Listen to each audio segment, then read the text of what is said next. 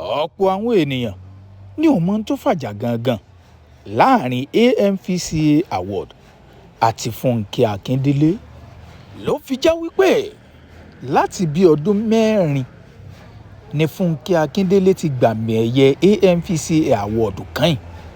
Kí ni tó fàjà gangan? Ẹ farabalẹ̀ wo fídíò yìí tán. N kọ́kọ́ play fídíò kan fún yín. Ẹ farabalẹ̀ kẹ́ gbọ́ fídíò yìí dáadáa kẹ́ ẹ sì wò tán.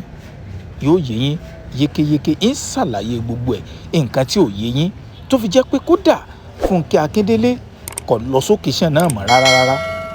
Mò ń bọ̀ ná. Ẹ má lọ bìkan. Ẹ subscribe kẹ́ wá share fídíò yìí. Mò ń bọ̀.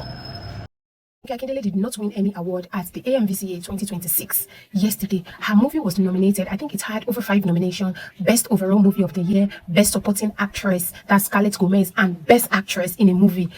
Behind the Scenes was nominated for it, but none of this category won any award yesterday.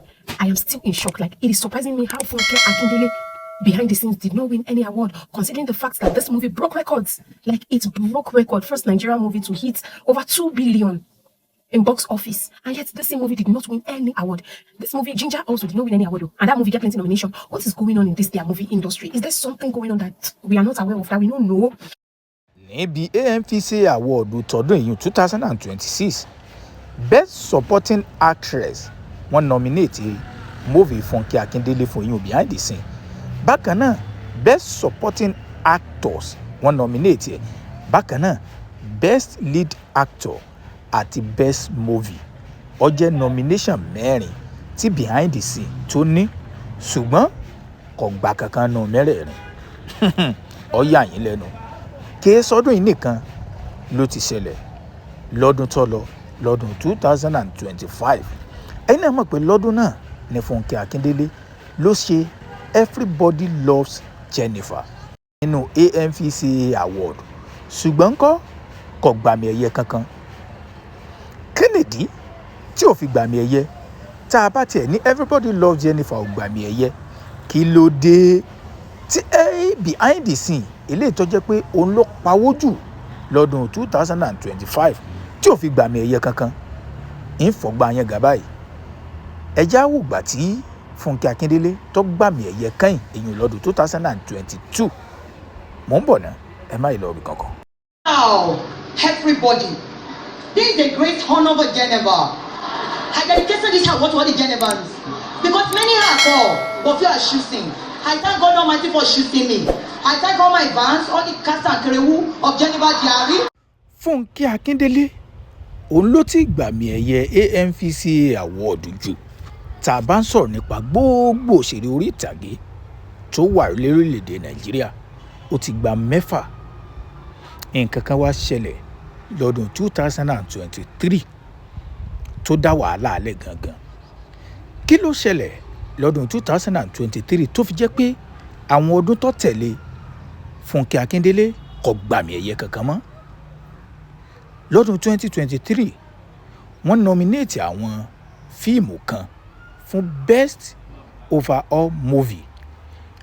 Aníkúlápó wà ńbẹ̀, Brotherhood wà ńbẹ̀, Battle on Buka Street eléyìí tí Funke Akindele ṣe ó wà ńbẹ̀, King of Thief eléyìí tí Fẹ́mi Adébáyọ̀ ṣe, Ilé Owó ó wà ńbẹ̀, Tẹ̀m̀bẹ̀lẹ̀ ó wà ńbẹ̀, 44440 náà wà ńbẹ̀.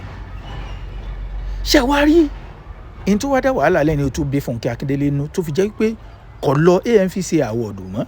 AMVCA Award náà ò sì fún ní award kankan mọ́ láti ìgbà tí ò ti wá mọ́. Aníkúlápó ló gba Overall Best Movie. Kí wá tún sọ pé Aníkúlápó gba Overall Best Movie tán o. Award tí Aníkúlápó gbà lọ́dún náà ó ń lọ bí 9. Tó jẹ́ pé kò fẹ́ sí àǹfààní fún eré kankan láti gba award tó jùlọ ju Aníkúlápó lọ lọ́dún 2023. Ẹ̀yin náà ti rí bí tí ogun tí kọ́kọ́ ń bọ̀ tí Funke Akindele tí ò ti kọ́kọ́ gba ti AMVCA Award. Ọdún tó wá tẹ̀lé ọdún 2024 Funke Akindele ò tún gbàmì ẹ̀yẹ kankan. Ṣé wá rí n tó wá jọ dá wàhálà lẹ̀ gan tí Funke Akindele táwọn ènìyàn fi wá wò pé ó dàbí ìgbà pé Funke Akindele ń bínú sí AMVCA Award tí AMVCA Award náà fi wá wò pé ó tó gẹ́ àwọn ò fẹ́ fún Funke Akindele ní ẹ̀bùn mọ́, àwọn ò fẹ́ fún láwọ́ọ̀dù mọ́. Ní 2025 tí Funke Akindele ṣe Everybody Loves Jennifer tó ṣe pé Everybody Loves Jennifer tá à ń sọ yìí òun gan ó break record, òun lọ pawó jù, kò gbàmì ẹ̀yẹ kankan ní AMVCA Award.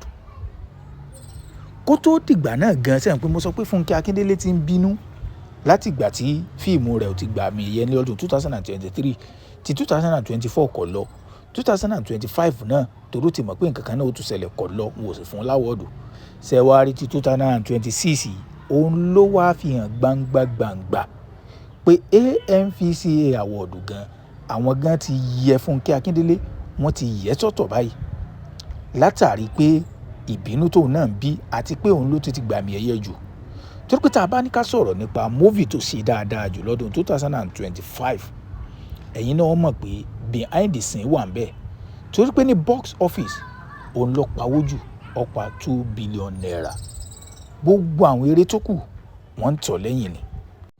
Bá a ṣe ń sọ̀rọ̀ yìí mo rò pé ẹ̀yin náà ti mọ ibi tí ọ̀rọ̀ náà ti ń bọ̀ pé láti 2023 lọ̀rọ̀ náà ti ń bọ̀ kó tó di pé ó wá dọdún 2026 àwọn tó wá jẹ́ olólùfẹ́ Funke Akindele náà ti wá yarí pé kí ló dé, kí ni Funke Akindele ṣe tó fi wá jẹ́ pé káàtì àwa sọ pé tọdún 2023 ti lọ bẹ́ẹ̀, kí ló dé tó jẹ́ pé àwọn eré tó tún wá ń ṣe lẹ́yìn ìgbà náà tí ò gbàmì ẹ̀yẹ kankan bíi Everybody Love Jennifer tó yẹ kó gbàmì ẹ̀yẹ lọ́dún 2025 bíi Behind the Scene èèyàn lọ́dún 2026 yìí tó yẹ kó gbàmì ẹ̀yẹ, kí ló dé tí ò gbàmì ẹ̀yẹ. Wọ́n tún wá mọ̀ sí nǹkan tó yẹ pé yóò wà ní nomination kọ̀ọ̀kan ní gbàmì ẹ̀yẹ ni. Ẹ̀yin olólùfẹ́ mi kí lèrò ti yín lórí eléyìí? Ǹjẹ́ lẹ́ lérò pé AMVCA Award wọ́n fẹ́ yọwọ́ Funke Akindele láwo tán pátápátá pé mẹ́fà tó gbà wọn bó ti tó gẹ́ kó jẹ́ káwọn òṣèré míì náà tí ò tí ì gbà káwọn náà gbà? Àbẹ́yìn gan lérò pé Funke Akindele gan ní tó ṣe é pọ̀ níbẹ̀ látàrí pé ìgbà tó ti ṣẹlẹ̀ látọdún 2023 kí ló dé tó náà tí ò wá lọ síbi AMVCA Award mọ́? Torí pé bàbá ń ṣe sọ̀rọ̀ yìí Funke Akindele ò lọ mọ́, kò lọ lọ́dún 2024 kò lọ 2025 kò sì tún lọ lọ́dún 2026. Ẹ̀yin olólùfẹ́ mi ẹ drop comment ẹ subscribe ẹ share fídíò náà.